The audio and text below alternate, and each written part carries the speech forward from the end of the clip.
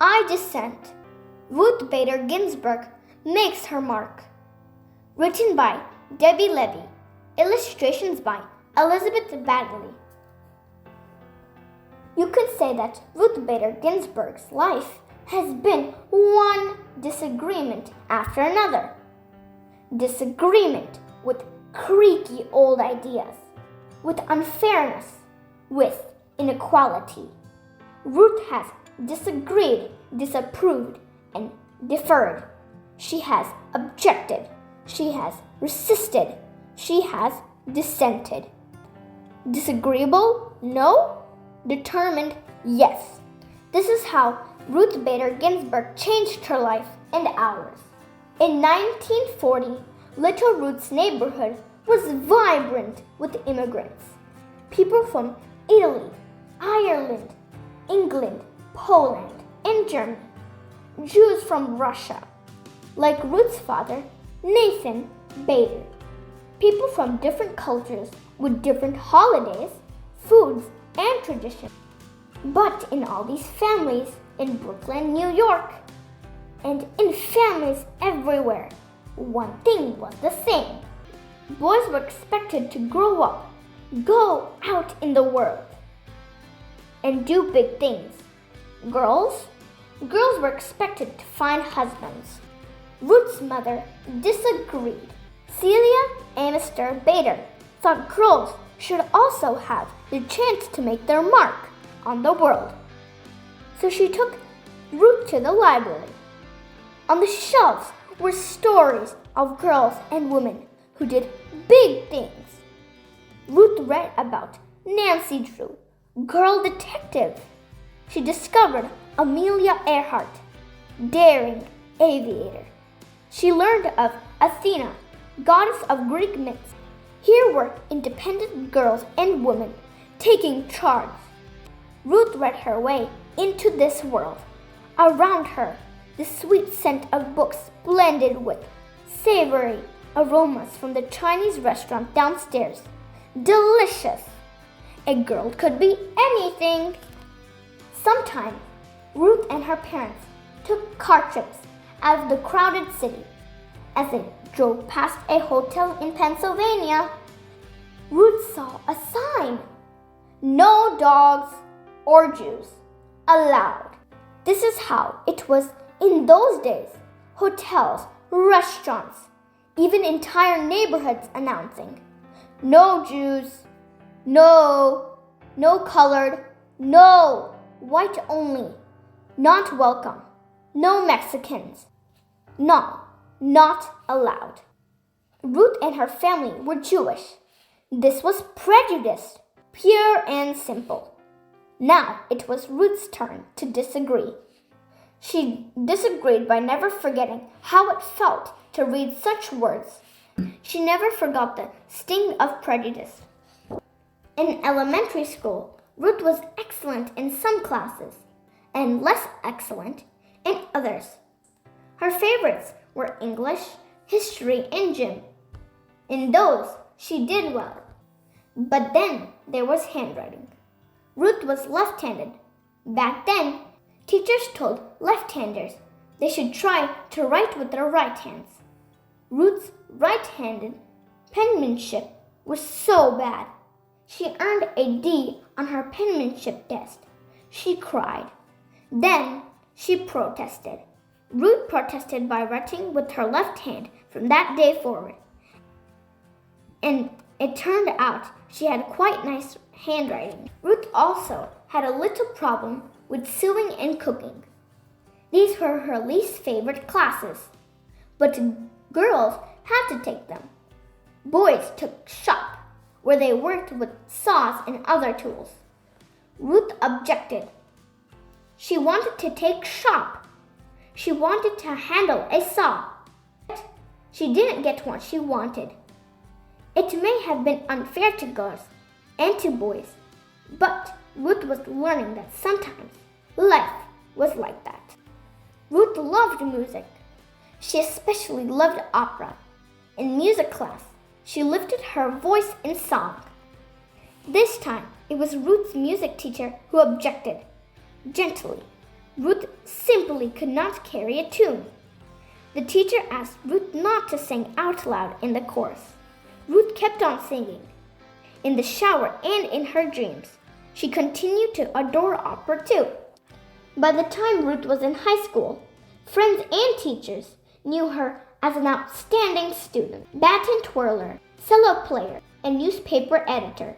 As graduation approached, Ruth was chosen to make a speech at the ceremony, but she had been keeping a big secret. Her mother was terribly sick. The day before graduation, Celia Bader died. There was no agreeing with this. There was no disagreeing. This simply was. Ruth did not go to her graduation. She did not give her speech. Still, Ruth knew what her mother wanted. 3 months later, she left home to attend college. Not many girls went to college in the 1950s. Ruth made friends, but she also met girls who excluded Jews from their clubs. She met boys who thought girls should be looking for husbands. And then she met Martin Ginsburg. Marty was tall and funny. Ruth was small and serious. Marty could make her laugh. They fell in love and hatched a plan. After college, they would go to law school. Both of them, lawyers, Ruth had learned, could fight unfairness and prejudice in courts. People thought it was a fine idea for Marty to attend law school. They didn't think Ruth should go. A lady lawyer? People disapproved. Ruth disapproved right back. So did Marty. They got married. They went to a law school and they had a baby, Jane. Ruth's law school class had a total of 9 women and 500 men. She studied mightily and tied for first place in the class. And yet at graduation time, no one would hire this brilliant new lawyer. Why not? She was a woman. Men didn't want to work with a woman. She was a mother. Men thought a mother wouldn't pay attention to work. She was Jewish. Many people were still prejudiced. 3 strikes against her, but Ruth was not out. She resisted and persisted. Finally, a judge hired her, and she worked like mad for him. After that, one law school hired her, and then another. Ruth became one of the few female law professors in the whole country, and she did it with a new baby at home, James. Ruth had disagreed and worked her way into being a lawyer and professor. But around her, other women were excluded from jobs. When they did get jobs, they earned less than men. They were kept out of important roles in courts and government.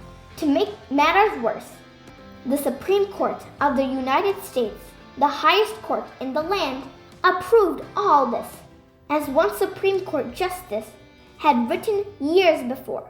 The natural and proper timidity and delicacy, which belong to the female sex, evidently unfits it for many of the occupations of civil life.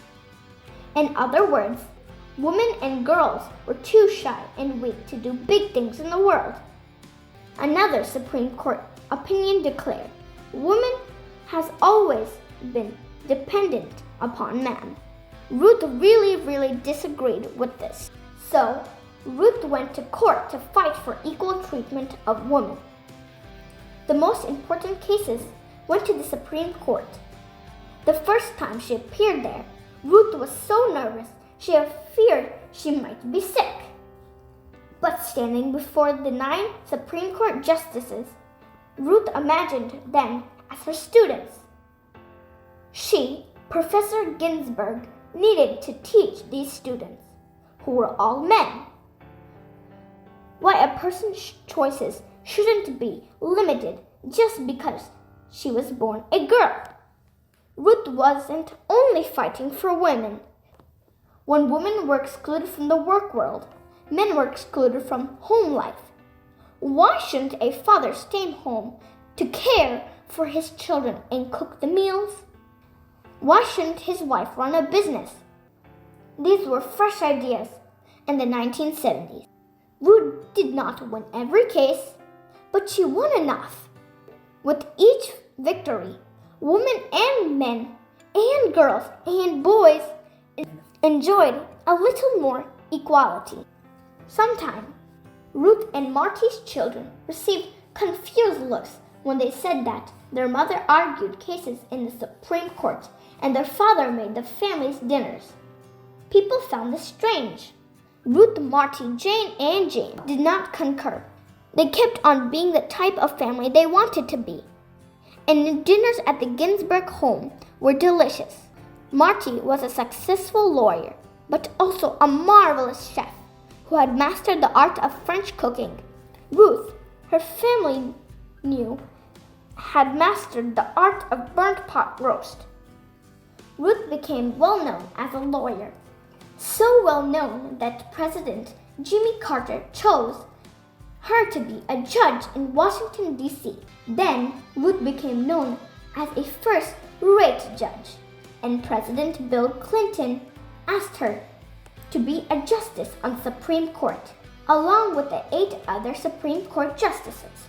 Her job would be to decide the most significant cases and answer the most difficult legal questions in the United States. Ruth agreed. In 1993, Justice Ruth Bader Ginsburg became the first Jewish woman on the nation's highest court. In each case, the Supreme Court considers, after hearing from lawyers who will argue from each side, the 9 justices take a vote. The side that gets the most votes wins the case. The justices who agree write an opinion to explain the court's ruling. When Justice Ginsburg votes with the winning side, she wears a special lace collar over her robe. But many times, when Supreme Court announces the decision, Justice Ginsburg disagrees. I dissent, she says, and she writes down her own opinion explaining why. Plus, she wears a different collar, just for dissent. Justice Ginsburg said when the court wouldn't help women or African Americans or immigrants who had been treated unfairly at work. I dissent. When the court rejected a law meant to protect the right of all citizens to vote, no matter their skin color. I dissent. When the court said no to schools that offered African Americans a better chance to go to college. Justice Ginsburg can be very convincing. In one dissent, she explained why the court was wrong to rule against women workers who were fighting to get paid the same as men. Congress and the president agreed with her and passed a law to undo the court's ruling.